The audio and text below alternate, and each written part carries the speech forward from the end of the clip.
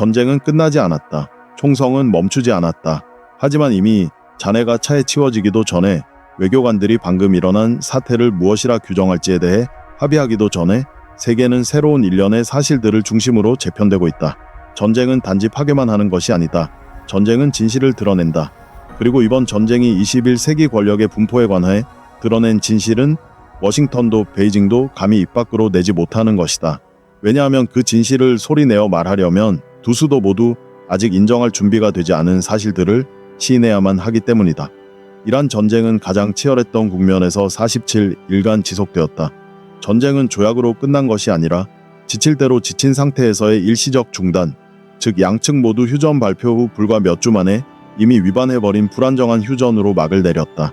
미사일 공격은 대체로 멈췄다. 하지만 해상 봉쇄는 계속되고 있다. 외교관들은 이슬라마바드와 이스탄불의 호텔 로비에 모여 불과 몇 시간 전 다른 외교관들이 했던 말과 모순되는 이야기들을 주고받고 있다. 승자도 없다. 패자도 없다. 그리고 바로 그 모호함이야말로 핵심이다. 왜냐하면 이번 전쟁은 애초에 이란에 관한 전쟁이 아니었기 때문이다. 실제로 무슨 일이 일어났는지 이해하려면 당장의 전장을 넘어 다른 질문을 던져야 한다.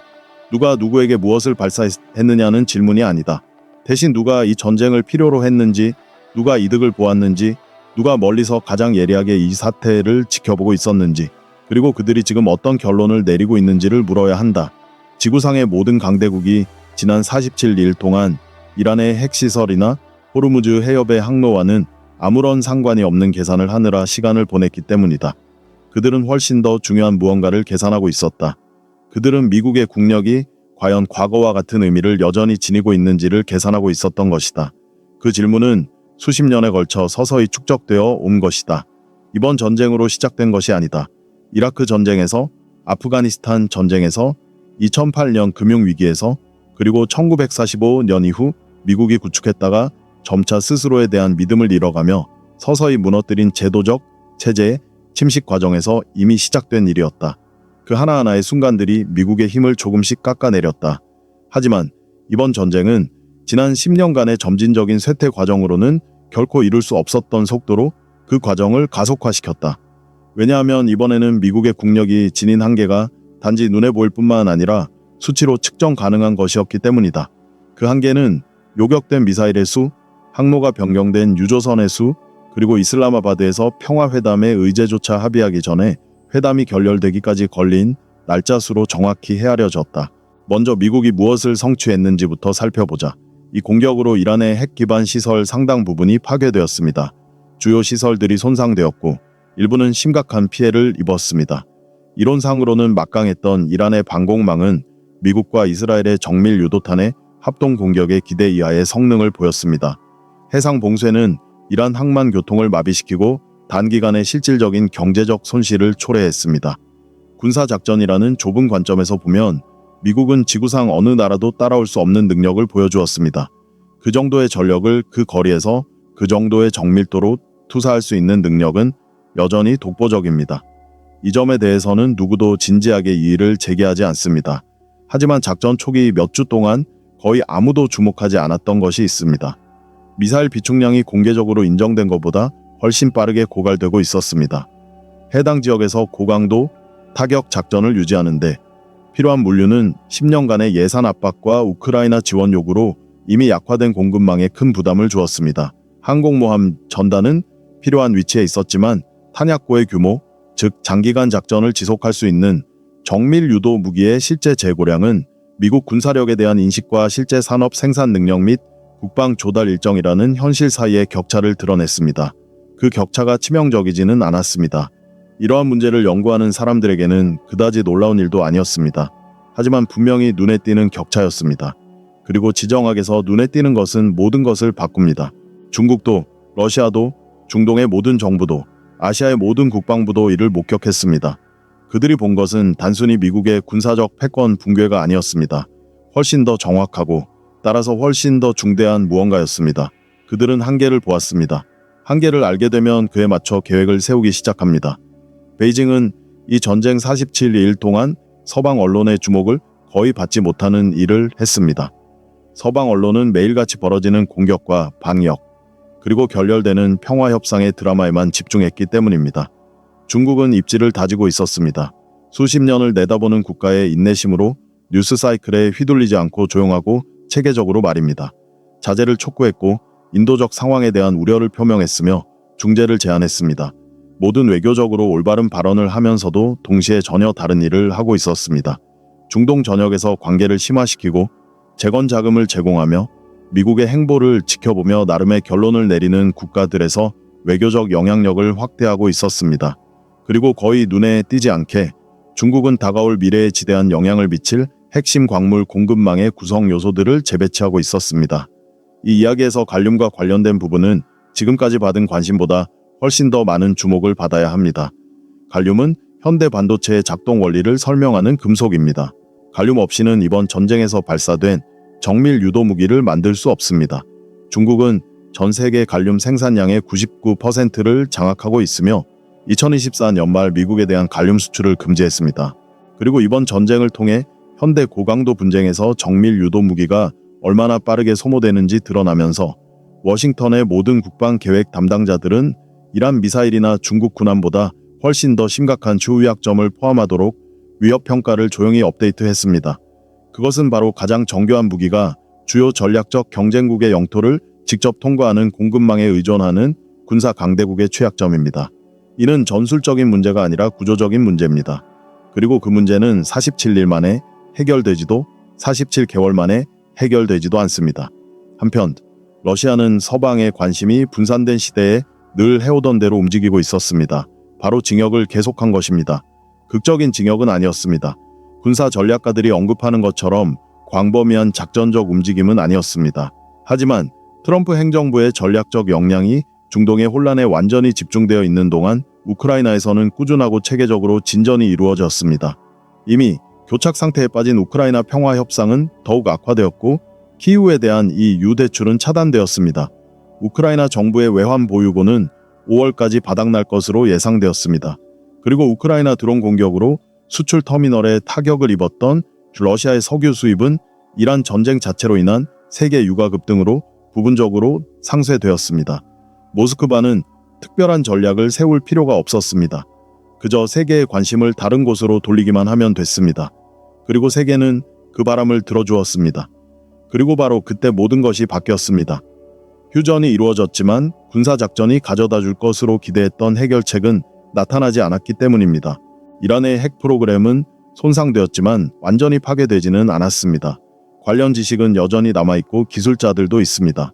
재건을 위한 정치적 의지는 존재하며 이번 사태를 통해 약해지기보다는 오히려 더욱 강해졌습니다. 존재론적 위협을 느꼈던 나라가 외부의 요구에 더 순응해야 한다는 결론을 내릴 리는 없습니다. 결국 테헤란은 공격의 원인이 되었던 핵 능력 추구가 옳았으며 가능한 한 신속하고 조용하게 재건해야 한다는 결론에 도달했습니다. 테헤란의 관점에서 전쟁의 교훈은 핵 야망이 너무 위험하다는 것이 아닙니다. 오히려 핵 개발이 충분히 빠르게 진전되지 못했다는 것입니다. 그 후 벌어진 일은 예상치 못한 것을 넘어 전체적인 판도를 바꿔놓았습니다. 휴전은 공백을 만들었고 그 공백을 메운 것은 미국이나 다른 서방 강대국이 아니라 전쟁 기간 내내 조용히 영향력을 키워왔던 중경국과 지역 행위자들이었습니다. 워싱턴과 테헤란 간의 소통을 위한 주요 채널 역할을 했던 파키스탄은 서방 분석가들이 수년간 위기보고서에서 묘사해온 내부 분열에 시달리는 국가와는 전혀 다른 외교적 이미지를 구축했습니다. 터키는 필수적인 비공식 소통 채널로서의 입지를 강화했습니다. 걸프 국가들, 특히 아랍에미리트와 카타르는 워싱턴과 베이징 모두와 관계를 유지하며 5년 전만 해도 시기상조처럼 보였을 법한 자신감을 바탕으로 해지 전략을 가속화했습니다. 미국이 떠난 후에 중동은 외교 정책 저널에서 이론적인 개념으로만 존재해왔지만 이제는 실제적인 지리적 양상을 띠기 시작했다. 더욱 근본적인 변화는 구조적인 것이며 세계 무역과 금융의 구조 속에서 일어나고 있습니다. 이란 전쟁은 전 세계 석유 수송량의 약 20%가 통과하는 좁은 해협인 호르무즈 해협에 심각한 충격을 주었습니다. 봉쇄, 기로의 위협, 보험료 급등, 유조선 항로 변경 등 모든 것이 에너지 수입국들이 수년 동안 마음속으로 계산해왔던 것을 가속화했습니다. 그 계산은 간단합니다. 분쟁으로 언제든 차단될 수 있는 단일 병목 지점에 의존하는 것은 장기적인 에너지 전략으로 지속 가능하지 않다는 것입니다. 이러한 계산에 대한 해답은 단순히 대체 경로를 찾는 것이 아닙니다. 대체 시스템을 찾는 것입니다. 그리고 이러한 대체 시스템, 즉 파이프라인 네트워크, 육로, 새로운 에너지 파트너십은 미국보다는 중국과 러시아에 훨씬 유리한 방향으로 나아가고 있습니다. 오랫동안 논의되고 더디게 개발되어 온 러시아-이란 남북회랑은 이제 제재 회피 프로젝트라기보다는 미국의 승인 없이도 기능할 수 있는 병행 경제 구조의 핵심 축으로 여겨지고 있습니다. 이것이 구체적으로 무엇을 의미하는지 생각해 보십시오. 달러가 세계 기축통화로서의 역할을 유지하는 것은 미국의 가치관이나 미국의 제도에 의해 보장되는 것이 아닙니다. 세계 주요 무역, 특히 석유 무역의 대부분이 달러로 거래된다는 사실에 의해 보장되는 것입니다. 이러한 무역 흐름을 담당하는 시스템에 균열이 생기기 시작하고 다른 통화로 표시되고 다른 기관의 보증을 받는 대안적인 무역 경로가 등장하기 시작하면 달러 지배력의 기반이 흔들리기 시작합니다. 빠르게, 그리고 파국적으로는 아니겠지만 분명히 변화가 감지될 것입니다. 그리고 금융 시스템에서 인식은 자기 실현적 예언이 되는 경향이 있습니다. 여기서부터는 여러 가지 길이 있으며 어느 길도 단순하지 않습니다. 첫 번째 길은 미국이 이번 전쟁의 교훈을 되새기고 전략적 규율을 바탕으로 대응하는 것입니다. 즉 미사일 비축량을 재건하고 국내 관련 및 핵심 광물 생산에 투자하며 유럽에서 동맹 관계를 유지하는 동시에 중동 지역에서는 보다 효율적이고 지속 가능한 방식으로 영향력을 행사하는 것입니다. 이러한 길은 가능합니다. 현재 상황에서는 유지하기 어려운 정치적 의지가 필요하지만 제도적 역량은 존재합니다. 미국은 과거에도 정치적 기능 부전으로 인해 불가능해 보였던 전략적 기강을 발휘하여 세계를 놀라게 한 적이 있다. 두 번째 시나리오에서는 이 전쟁으로 인한 피로감이 이미 진행 중이던 긴축 정책을 더욱 심화시킵니다. 국내 분쟁 비용에 짓눌린 정치 체제는 더욱 내향적으로 변합니다. 미국의 공약에 대해 이미 불확실했던 아시아 동맹국들은 더욱 불안해집니다. 베이징은 이러한 불확실성을 정확히 읽어내고 남중국해와 대만에 대한 공세를 가속화합니다.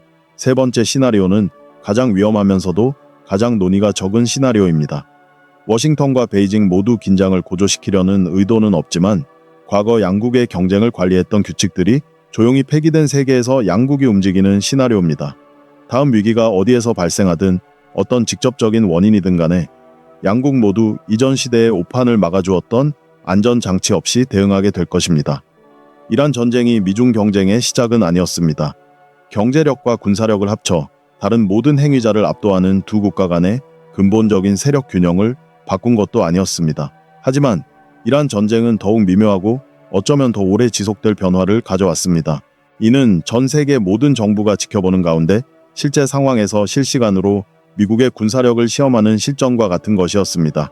그리고 그 시험의 결과, 즉 표면적인 결과나 중부사령부가 발표한 피해 평가가 아니라 병참, 지속가능성, 동맹관리, 그리고 미국의 리더십을 따라 값비싼 대결에 기꺼이 뛰어들려는 파트너 국가들의 의지에 대한 더 심층적인 결과들이 지금 베이징에서 브라질리아까지, 리야드에서 자카르타까지 전 세계 수도에서 분석되고 있습니다.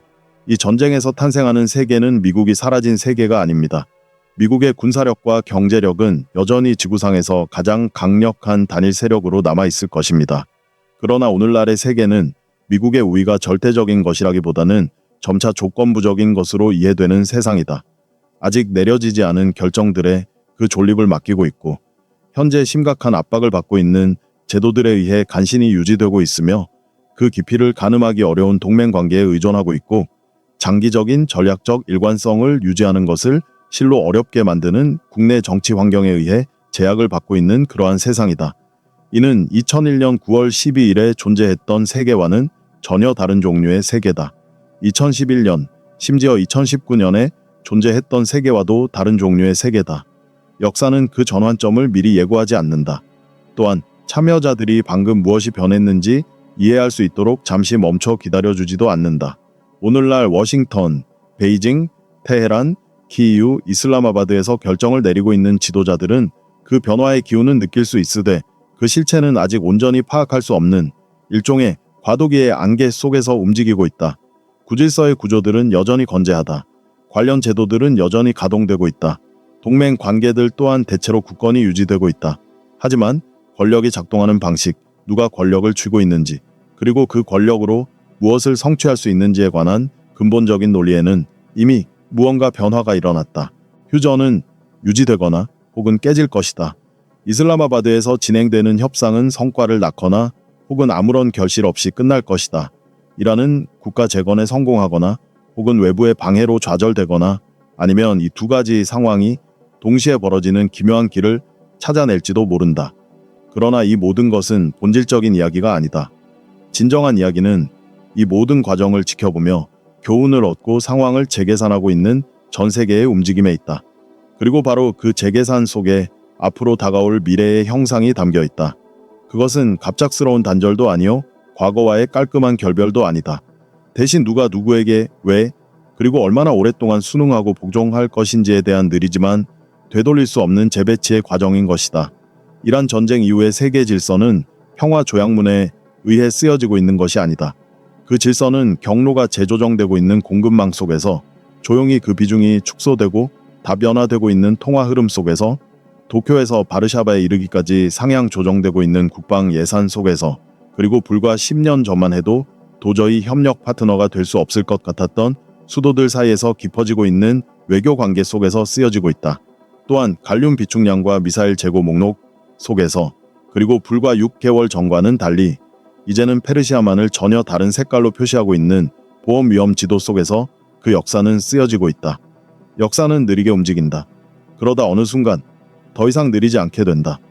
그리고 드물기는 하지만 실시간으로는 아닐지라도 돌이켜보면 분명히 알 수 있는 작은 변화들이 축적되어 임계점에 다다르고 그 결과 세상의 지도가 예전과는 다르게 보이는 순간들이 있습니다.